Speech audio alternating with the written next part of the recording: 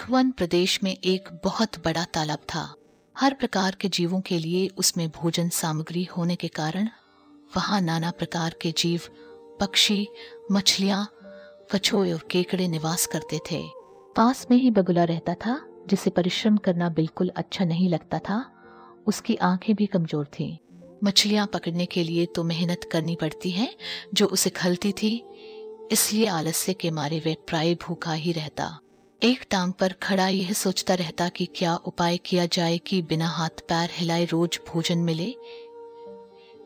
दिन उसे एक उपाय सूझा तो वह उसे आजमाने बैठ गया। बगुला तालाब के किनारे खड़ा हो गया और लगा आंखों से आंसू बहाने। एक केकड़े ने उसे आंसू बहाते देखा तो वह उसके निकट आया और पूछने लगा, मामा क्या बात है, भोजन के लिए मछलियों का शिकार करने की बजाय खड़े आंसू बहा रहे हो। बगुले ने जोर की हिचकी ली और भर्राए गले से बोला, बेटे बहुत कर लिया मछलियों का शिकार, अब मैं ये पाप कार्य और नहीं करूंगा।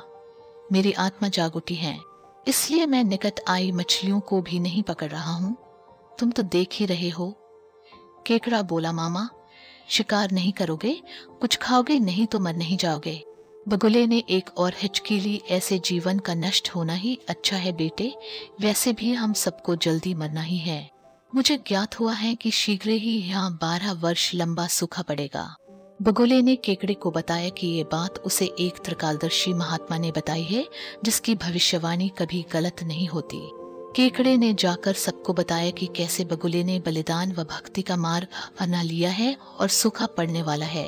उस तालाब के सारे जीव, मछलियां, कछुए, केकड़े, बत्तख, सारस आदि दौड़े दौड़े बगुले के पास आए और बोले, भगत मामा अब तुम ही हमें कोई बचाव का रास्ता बताओ। अपनी अक्ल लगाओ, तुम महाज्ञानी बन ही गए हो।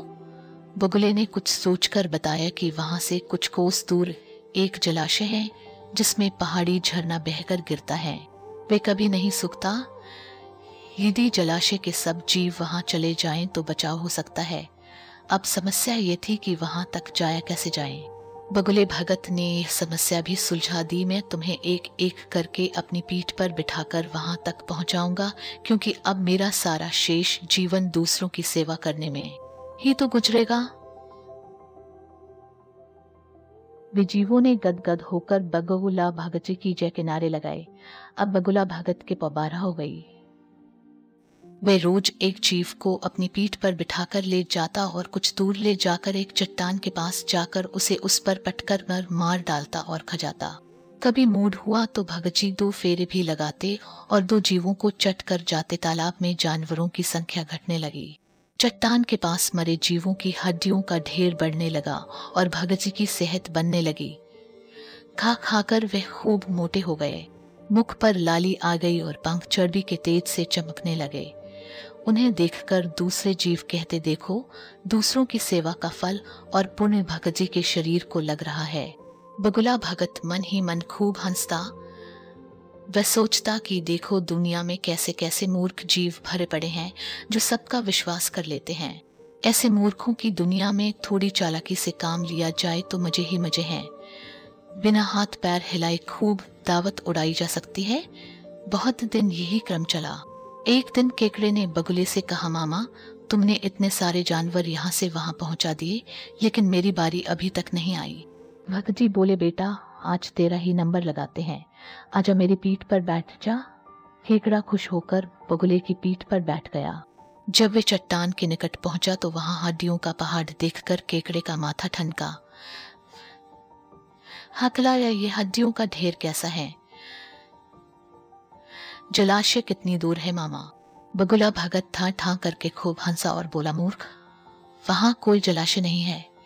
मैं एक एक को पीठ पर बिठाकर यहाँ लाकर खाता रहता हूँ, आज तू मरेगा। केकड़ा सारी बात समझ गया। वह सिहर उठा, परंतु उसने हिम्मत न हारी और तुरंत अपने पंजों को आगे बढ़ाकर उनसे दुष्ट बगुले की गर्दन दबा दी और तब तक दबाए रखी जब तक उसके प्राण पखेरु न उड़ गए। फिर केकड़ा बगुले भगत का कटा सिर लेकर तालाब पर लौटा और सारे जीवों को सच्चाई बता दी कि कैसे दुष्ट बगुला भगत उन्हें धोखा देता रहा। सीखा, किसी की भी बातों पर आंखें मूंद कर विश्वास नहीं करना चाहिए। मुसीबत में धीरज व बुद्धिमानी से कार्य करना चाहिए।